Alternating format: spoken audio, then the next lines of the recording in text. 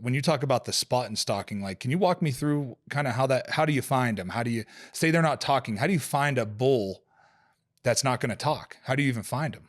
Mm-hmm.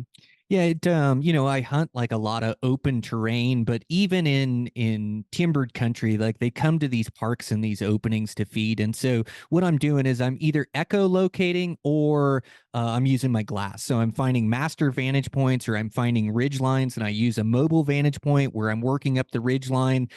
Elk are only going to be active. Like you find those special days where they're active all throughout the day, bugling all throughout the day. But normally you get a couple hours in the morning, couple hours in the evening. If it's really hot, you might only get a half an hour to an hour in the morning, hour in the evening. So being on these prime vantage points, being on these ridge lines, using my glass, echolocating, like listening for bugles, and the rut ebbs and flows, and even in high pressure units these elk will have to bugle to in the more competition the more they're going to bugle. So if a herd bull has satellite bulls, he's going to have to bugle, but if there's no cows to be bred, he doesn't have to call, and he knows that, but they're still going to be fired up, they're still going to rut even in high pressure units, but they do a lot of their rutting at night. And so what I do is I use the night as well, and I'm not hunting at night, I can't shoot anything at night, but what I can do is I can travel roads or I can travel ridge lines, and I can get above big basins and I can listen. And if I hear them bugling down in there, well, now I have some elk located for my morning hunt because I located them in the night. And so, like, I try to get on the elk schedule. I'll actually take naps in the middle of the day. I don't hunt too hard in the middle of the day. I have this focused intensity in the morning, and that starts an hour or 2 hours before daybreak, just like you. And how many times have you left the trailhead early and you hear those bulls bugling early? Well, now you got a bull to go to. Or you hunt them late till dark and hiking out, all of a sudden you hear a bull bugle. Now you got one located for that night. So I use a combination of echolocating, and I'm a spot and stalker, so I really like using my glass master vantage points, mobile vantage points, and ridge lines and drainages. And really for elk, I just stay mobile. Like elk, there's a lot of country they're not, even in the best units. Like elk are nomadic by nature. So elk move from feeding feature to bedding feature to different feeding features, different bedding features. Very rarely are they just holed up in the same basin for days on end. So they travel using this network of different features. So you could be in the best elk spot on planet Earth and go in there and there's no elk in there because they've already moved through or they're not there yet.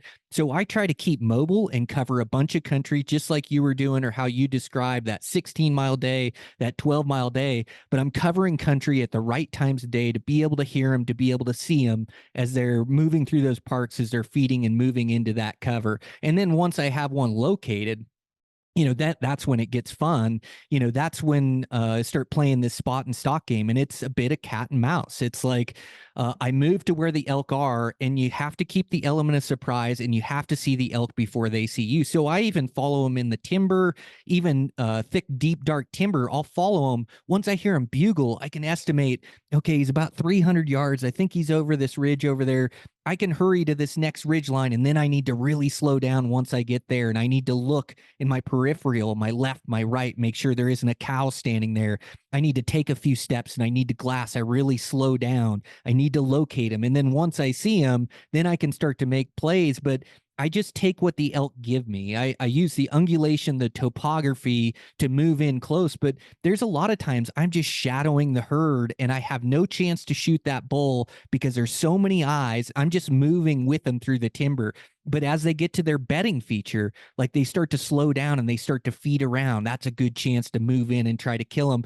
But I never get reckless with my stalk. I don't want to give myself away. I want to play this shadowing game for as long as I can. And sometimes it's 2, 3, 4 days I'm playing this shadow game on the same herd and they don't know that I'm hunting them. But the moment I see them go over a rise, I can race to that rise and they're in bow range over the other side. So those are like the opportunities that I'm trying to look for. I've just kind of learned what I can get away with and what I can't. Yeah. And so when you're putting those couple day long stalks on an animal, are you just sleeping on the ground, or are you packing in a tent? Like, what are you taking with you? Yep. So I have different ways I go about it. Like I love having a lightweight camp on my back, being able to move with the elk, sleep just off where they are, like keep targeting them. But I also do it day hunting too. And it just means putting a lot of miles in the dark. And so, I've got this bull located. I'm making plays on them in the evening. It doesn't come together on the morning. Like I don't follow them. Like once they're starting to bed,